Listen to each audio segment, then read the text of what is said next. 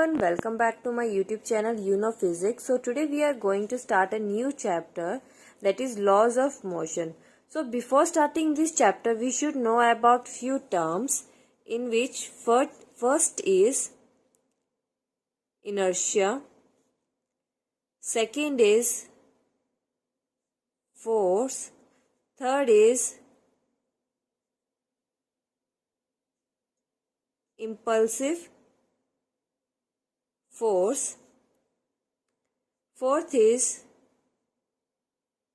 linear momentum, and fifth is impulse. So let's start with inertia. So what is inertia? The property of an object by virtue of which it cannot change its state of rest or of uniform motion along a straight line on its own is called inertia. ये क्या बता रहा है यहाँ पर कि एक object की प्रॉपर्टी होती है कि वो अपनी किसी भी स्टेट को, दैट इज अगर वो रेस्ट पे है या फिर वो यूनिफॉर्म मोशन में है, वो चेंज नहीं कर सकता अपने आप, अनटिल अनलेस उस पर कोई एक्सटर्नल फोर्स लग रही है, तभी वो अपनी स्टेट को चेंज कर सकता है. फॉर एग्जाम्पल ये पेन है, फाइन. अभी इस पेन की क्या स्टेट है? एट रेस्ट है, और ये रेस्ट पे ही रहेगा. कब तक? जब तक इस पे कोई एक एक्सटर्नल फोर्स नहीं लगती. फाइन. तो राइट नाउ इसकी क्या प्रॉपर्टी है? इनर्शिया है, and that is at rest. Inertia of rest इसकी एक प्रॉपर्टी हो गई. और इन जनरल वे हम कह सकते हैं it is an inability of an object to change its state on its on. क्या कह सकते हैं? It is inability of an object to change its state by its own. Fine. ये एक तरीके की किसी भी बॉडी की उसकी इनहेरेंट प्रॉपर्टी है कि वो अपनी स्टेट को चेंज करेगा ही नहीं. अगर कोई बॉडी यूनिफॉर्म मोशन से मूव कर रही है तो वो यूनिफॉर्म मोशन से मूव करती ही रहेगी. फाइन. वो उसकी इनर्शिया है. अगर कोई एक्सटर्नल फोर्स लगती है तो वो चेंज हो जाएगा. ठीक है. तो जो जब तक वो अपनी ही उसमें है, स्टेट में है, उसको, उस प्रॉपर्टी को हमने क्या बोला है? Inertia. And inertia is a measure of mass of body. What? Inertia is a measure of mass of body. इसका क्या मतलब है? Greater is the mass of body,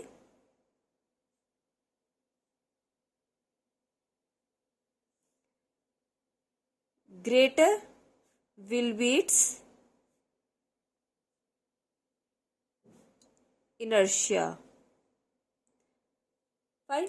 अभी एक पेन है, जिस पेन का कुछ वेट कुछ ग्राम्स में ही होगा. Fine.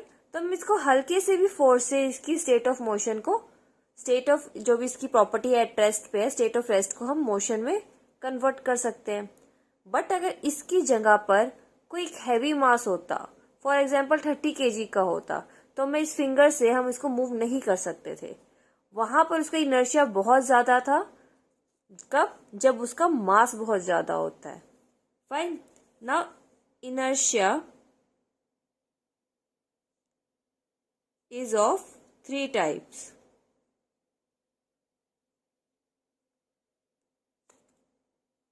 So the first one is inertia of rest. And what is inertia of rest?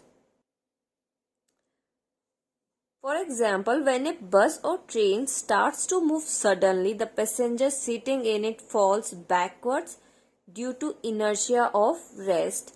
For example, यहाँ एक कोई भी पर्सन है, फाइन.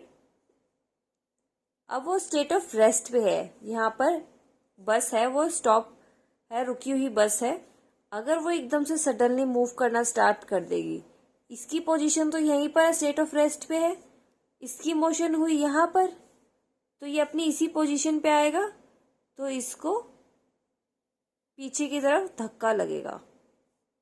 क्यों? क्योंकि इसकी पोजीशन तो स्टेट ऑफ रेस्ट पे थी, एकदम से हमारी मोशन की फॉरवर्ड मोशन हुई हमारी एकदम से, और हमेशा हमेशा हमें हमारा जो इनिशियल पोजीशन थी जहां पर वो बॉडी रेस्ट पे थी, वो उसकी तरफ झुकाव हो जाता है। Fine. Now second is inertia of motion. Inertia of motion. When a moving bus stops suddenly, the passenger sitting in it jerks in forward direction due to inertia of motion. Fine. अब हमारी कोई भी एक बस है, वो motion में है, इसकी वेलोसिटी v है, और कोई भी पर्सन है इसमें। फाइन। अब वो एकदम से सडनली क्या हो गई? स्टॉप हो गई। लेकिन जो अंदर पर्सन है उसकी तो मोशन में थी, अब एकदम से सडनली स्टॉप हो गई, तो अब वो कहाँ पर जाएगा? फॉरवर्ड डायरेक्शन में। क्यों? हमारी मोशन तो इस डायरेक्शन में थी। फाइन। तो अब इसकी इस तरफ उसका झुकाव आ जाएगा, क्योंकि उसका जो स्टेट था, इनर्शिया था, वो अभी क्या था? मोशन में था, इस डायरेक्शन में मोशन में था, और एकदम से रुकने की वजह से वो स्टेट उसकी क्या हो गई? चेंज हो गई। फाइन। तो हम इसको क्या बोलेंगे? Inertia of motion. Now the third is inertia of direction. Inertia of direction. For example, we can protect ourselves from rain by an umbrella because raindrops cannot change its direction on its own due to inertia of direction. अब हमारी जो rain drops हैं वो vertically मान लो ऐसे आ रही हैं, downward में है। फाइन। अभी यहाँ पर कोई भी एक्सटर्नल फोर्स या कुछ भी नहीं लग रहा, तो ये इसकी जो डायरेक्शन है वो चेंज नहीं होगी। अब हम अगर अम्ब्रेला यूज करें, दैट मीन्स कि हम गीले हो ही नहीं सकते। लेकिन अगर यहाँ पर मान लो कोई एक्सटर्नल फोर्स लगी है, फॉर एग्जाम्पल एयर की वजह से लग रही है, तो इसकी डायरेक्शन क्या हो जाएगी? चेंज हो जाएगी, तब हम गीले हो जाएंगे। दैट मीन्स जो उसकी इनर्शिया ऑफ डायरेक्शन है उस टाइमिंग पे चेंज हो जाएगी, बट अपने आप नहीं, किसी और फोर्स की वजह से। फाइन। तो ये जब तक अपने आप को चेंज नहीं कर सकती, तो वो क्या हो जाएगा? Inertia of direction. Now our second term is force. So what is force? Force is a push और पुल, ये हमारी बेसिक एक्सप्लेनेशन है, विच चेंजेस और tries to change the state of rest, the state of uniform motion, size और shape of a body. अगर ये pen है, इसका भी स्टेट क्या है? एट रेस्ट है। मैंने फोर्स लगाई, चेंज हो गया, तो मैंने अभी फिंगर से क्या किया है? फोर्स लगाया है। The state of uniform motion, कोई वेलोसिटी v से मूव कर रही है ऑब्जेक्ट, इस पर मैंने कोई फोर्स लगाई, वेलोसिटी विल इंक्रीज। और अगर अपोजिट डायरेक्शन में फोर्स लगा रही हो तो वेलोसिटी विल डिक्रीज। फाइन। ऐसी हम साइज या शेप ऑफ बॉडी को चेंज कर सकते हैं। Fine. SI unit of force is Newton and it is represented by capital N. Now force is of two types. Fine. It is of two types. First is contact forces. Second is non-contact forces.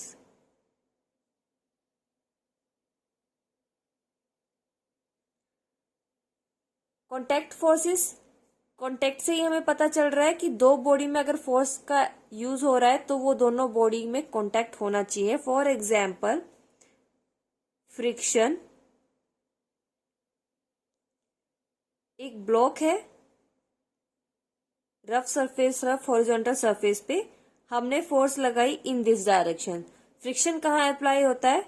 In that direction. अब यहाँ ना हमारी body देखो contact में है, ये block horizontal surface की contact में है, तो क्या हो गया? कांटेक्ट फोर्सेस हो गई।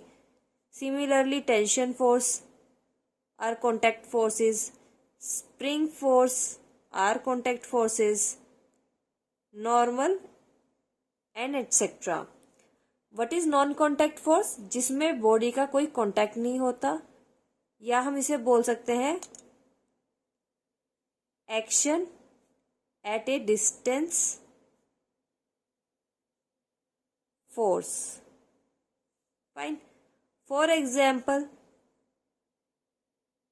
gravitational force. ये हमारी अर्थ सरफेस है, यहाँ पर हमारी कोई भी बॉडी है, तो अर्थ अपनी तरफ इसको अट्रैक्ट करेगा विथ फोर्स, ग्रेविटेशनल फोर्स की वजह से, due to gravity.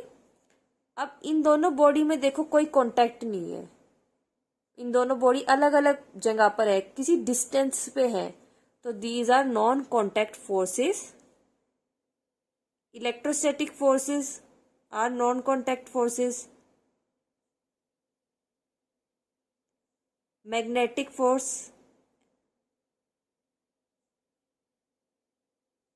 and etc. Fine. Now our third term is force. A force which acts on a body for a short time interval and produces a large change in momentum is called an impulsive force. अगर हमारी कोई भी body है, इस पर हमने बहुत small force लगाया, बहुत स्मॉल फोर्स, बट इसमें जो चेंज है, या इसकी वेलोसिटी में चेंज कह लो या डिस्टेंस में बता लो, बहुत ज़्यादा लार्ज है। फाइन, तो वो क्या हो जाएगी हमारी impulsive force. And what is momentum?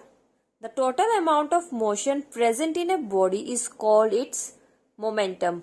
मतलब कि एक बॉडी कितनी वेलोसिटी से चल रही है, उसका कितना मास है, उसने कितना डिस्टेंस कवर किया, अगर उसकी टोटल अगर हम उसकी बात बता पा रहे हैं तो उस बॉडी का वो क्या चीज है, that is momentum. Our fourth term is linear momentum. Linear momentum of a body is given by the product of its mass and velocity and is denoted by small p, which is equals to mass into velocity. Its SI unit is kg meter per second, mass की velocity की meter per second, and it is a vector quantity and its direction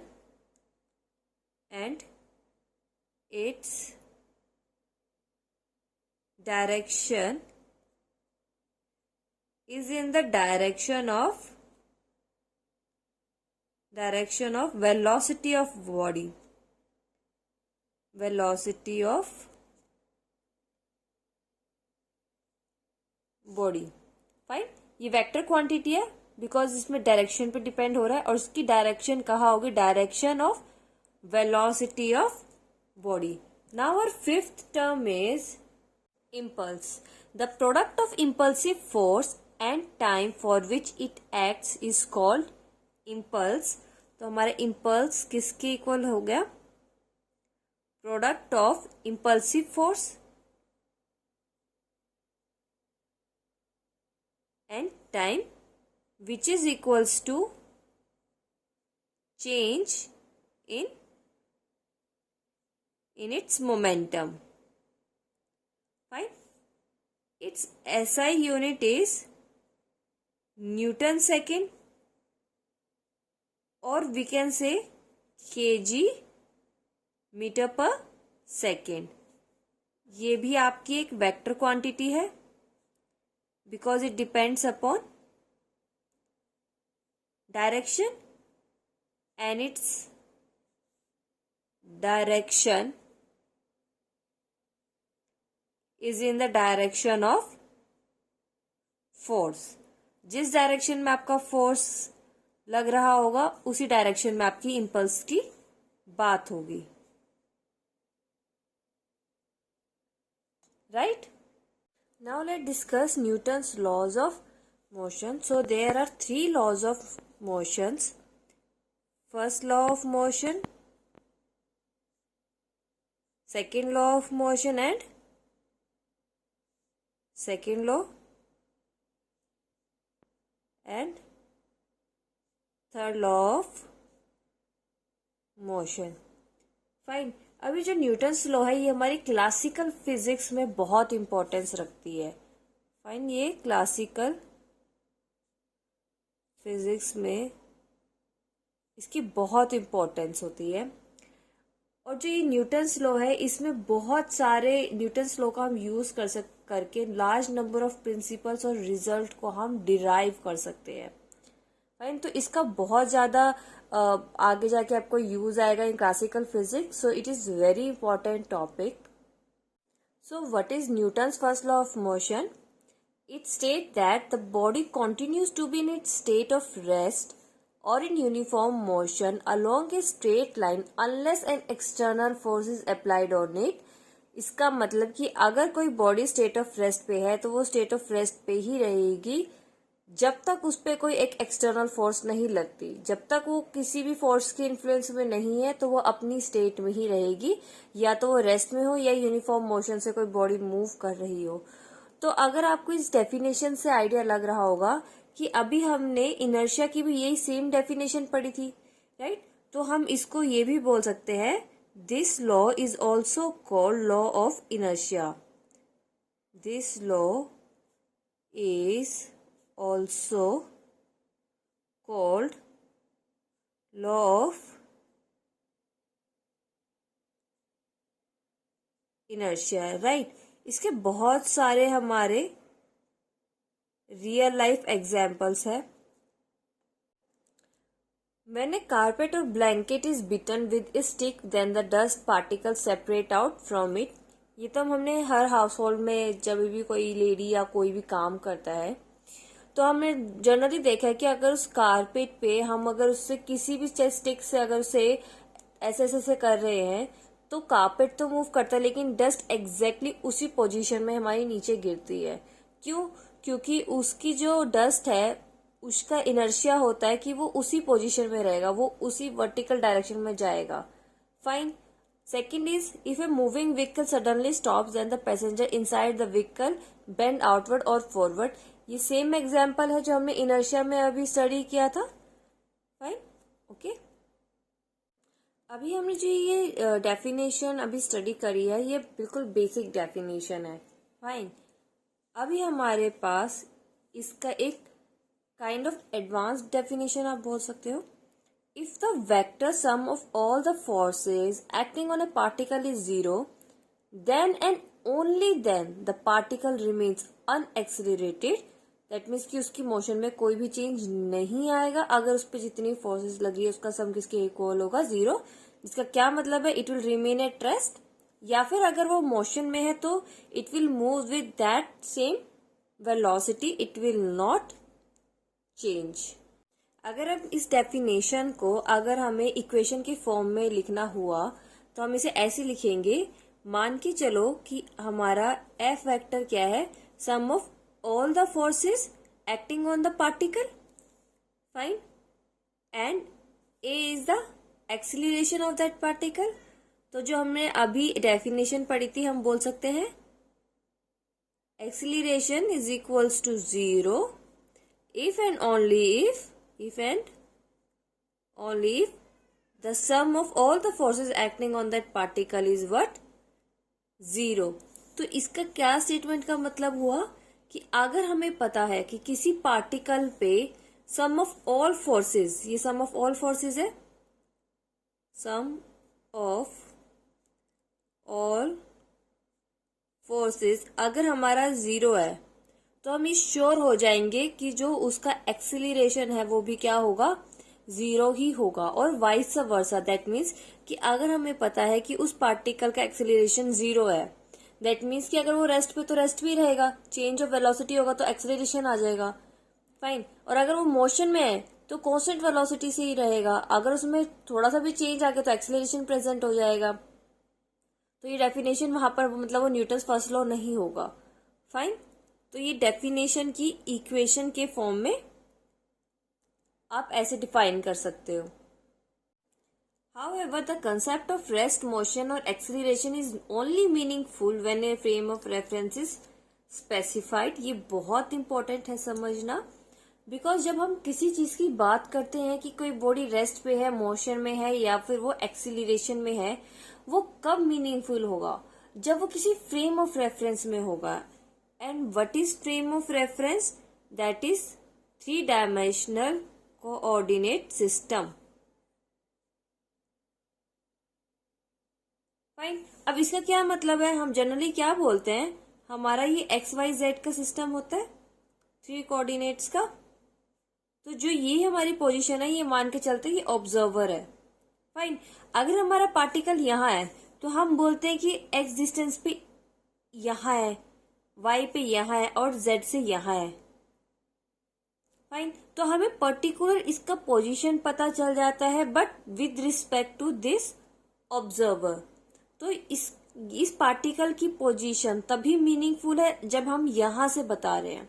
अगर कोई बंदा कहीं और से देख रहा है तो इसकी कोई और पोजीशन हो गई, तो ये अपने अकॉर्डिंग नहीं बता सकता ना. तो हमें एक फ्रेम ऑफ रेफरेंस की जरूरत होती है ताकि हम उस पर्टिकुलर पार्टिकल का बता सके कि वो रेस्ट पे है, मोशन पे है या एक्सीलरेशन है. फाइन. अब यहाँ एक सिचुएशन कंसीडर करके चलो कि एक पर्सन है ए, मान लो वो एक हमारे पास एलिवेटर में है. फाइन. और उसके अंदर हमारा एक लैंप है. अब यहाँ पर ये जो रॉप है, जब वो नीचे लिफ्ट जो है हमारी, वो जब नीचे की तरफ आ रही थी तो वो बीच में से टूट गई. अब जब वो यहाँ से टूट गई तो अब वो अर्थ ही अपनी तरफ बस पुल कर रहा है. वो कितनी एक्सीलरेशन से पुल करेगा?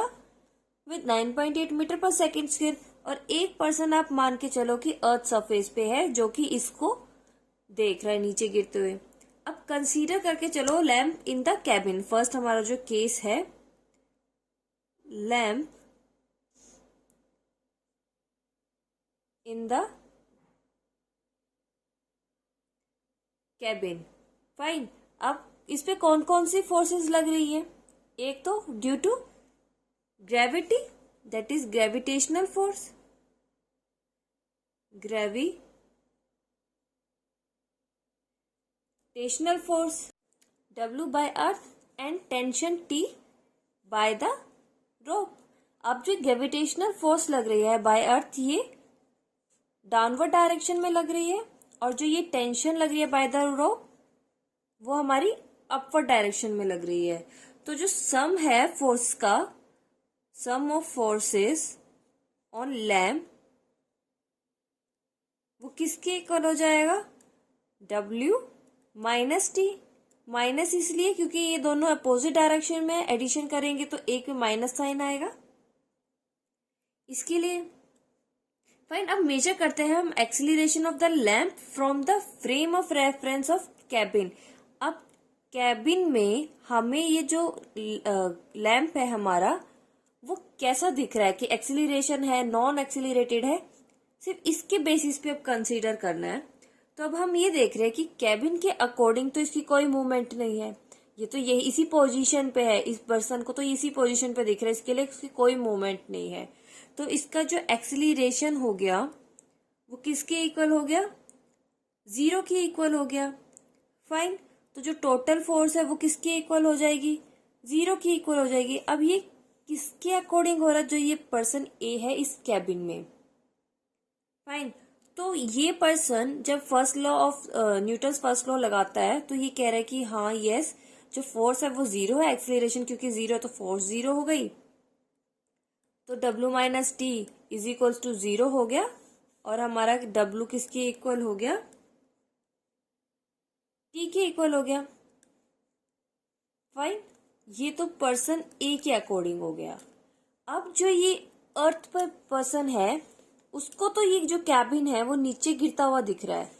कितनी एक्सीलरेशन से? विद 9.8 मीटर पर सेकेंड स्क्वायर. फाइन.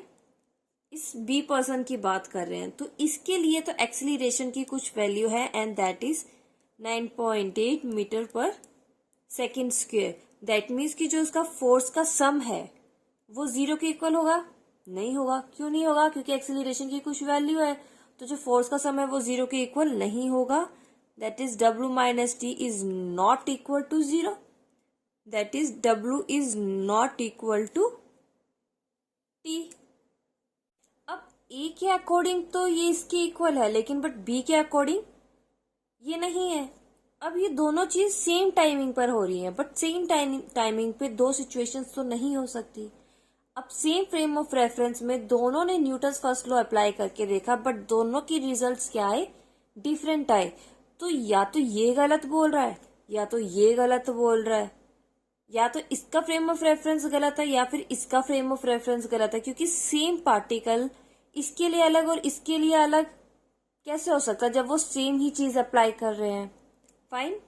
तो इसे हमने क्या कंक्लूड किया, that there are some frame of reference in which Newton's first law is not valid, क्योंकि एक ही टाइम पर एक ही चीज का आप सेम फ्रेम ऑफ रेफरेंस में अलग अलग रिजल्ट्स नहीं हो सकते। इसका मतलब यही हुआ कि किसी एक के फ्रेम ऑफ रेफरेंस में न्यूटन्स फर्स्ट लॉ वैलिड नहीं है। A frame of reference in which Newton's first law is valid is called an inertial frame of reference. That means कि जहां आपका एक्सीलरेशन क्या होगा, जीरो होगा, और जो टोटल फोर्स अप्लाई हो रही है वो भी क्या होगी, जीरो होगी। फाइन। तो ये जो था ए पर्सन जो कि उस कैबिन में था, उसका with respect to that lamp वो इनर्शियल फ्रेम ऑफ रेफरेंस में था, जहां पर न्यूटन्स फर्स्ट लॉ क्या था, वैलिड है। A frame of reference in which Newton's first law is not valid is called non inertial frame of reference. That means वहां पर acceleration is not equal to zero, sum of forces is not equal to zero. That means कि जो वो B person था जो कि वो earth surface से नोटिस कर रहा था, उसकी एक्सेलरेशन क्या थी, जीरो नहीं थी, क्योंकि वो कितनी एक्सेलरेशन से आ रहा था, 9.8 मीटर पर सेकंड स्क्वायर की स्पीड से आ रहा था, एक्सेलरेशन से आ रहा था। तो जो उसका फ्रेम ऑफ रेफरेंस है वो कौन सा था, non inertial frame of reference, जहां पर न्यूटन्स फर्स्ट लॉ वैलिड नहीं होता। So this is all about this video. In my coming videos we will discuss about Newton's second law and third law. So stay tuned. If you like my video, please like, share and subscribe my channel. Thank you for watching.